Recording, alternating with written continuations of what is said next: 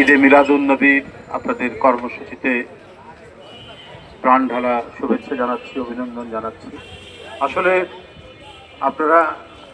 আমরা রাজনীতি করি, অনেক কর্মসূচি পালন করি, মানুষের কল্যাণের কথা বলি, মানুষের উপকারের কথা বলি, গণতন্ত্রের কথা বলি, অন্যকে শ্রদ্ধার কথা বলি, কিন্তু যার মাধ্যমে এবং যিনি ভালো কাজগুলি করার জন্য বলেছেন, অন্যের কথাকে সহ্য করার শিক্ষা দিয়েছেন,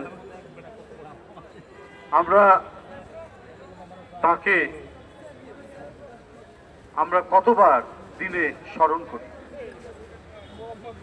কিন্তু আমাদের তো প্রতিদিনই, আজকে শুধু ঈদে মিলাদুন্নবী বলে নয়, প্রতিদিনই তো তাকে স্মরণ করার কথা।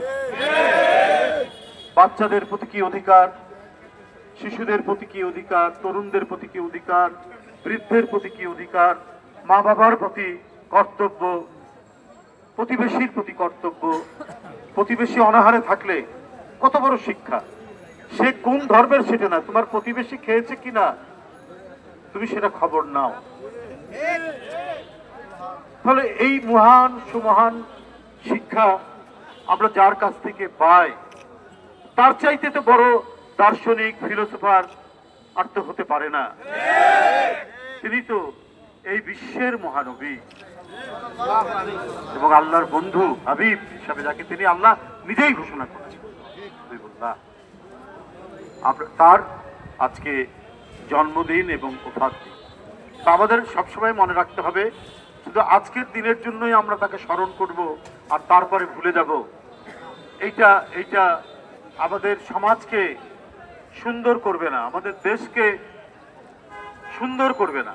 আমাদের প্রতিদিন মনে রাখতে হবে তার শিক্ষা, তার কর্তব্য এবং তিনি যে মহান বাণীগুলি আবার দিয়ে গেছেন মানব জাতির জন্য, সেগুলোকে আমাদের আত্মস্থ করতে হবে, মুখস্থ করতে হবে এবং হৃদয় দিয়ে সেটাকে ধারণ করতে হবে।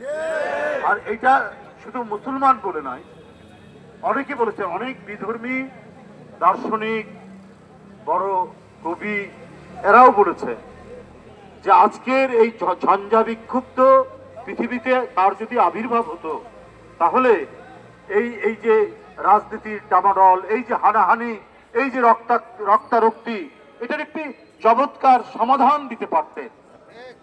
এটা বিধর্মী অনেক দার্শনিকরাই কথা বলে গেছে। তাই তিনি বিশ্বের জন্য, মানুষের জন্য, মানবতার জন্য আশীর্বাদ রূপে, রহমত রূপে তিনি পৃথিবীতে এসেছেন। আমরা প্রতিনিয়ত প্রতিদিন তার কথা স্মরণ করব,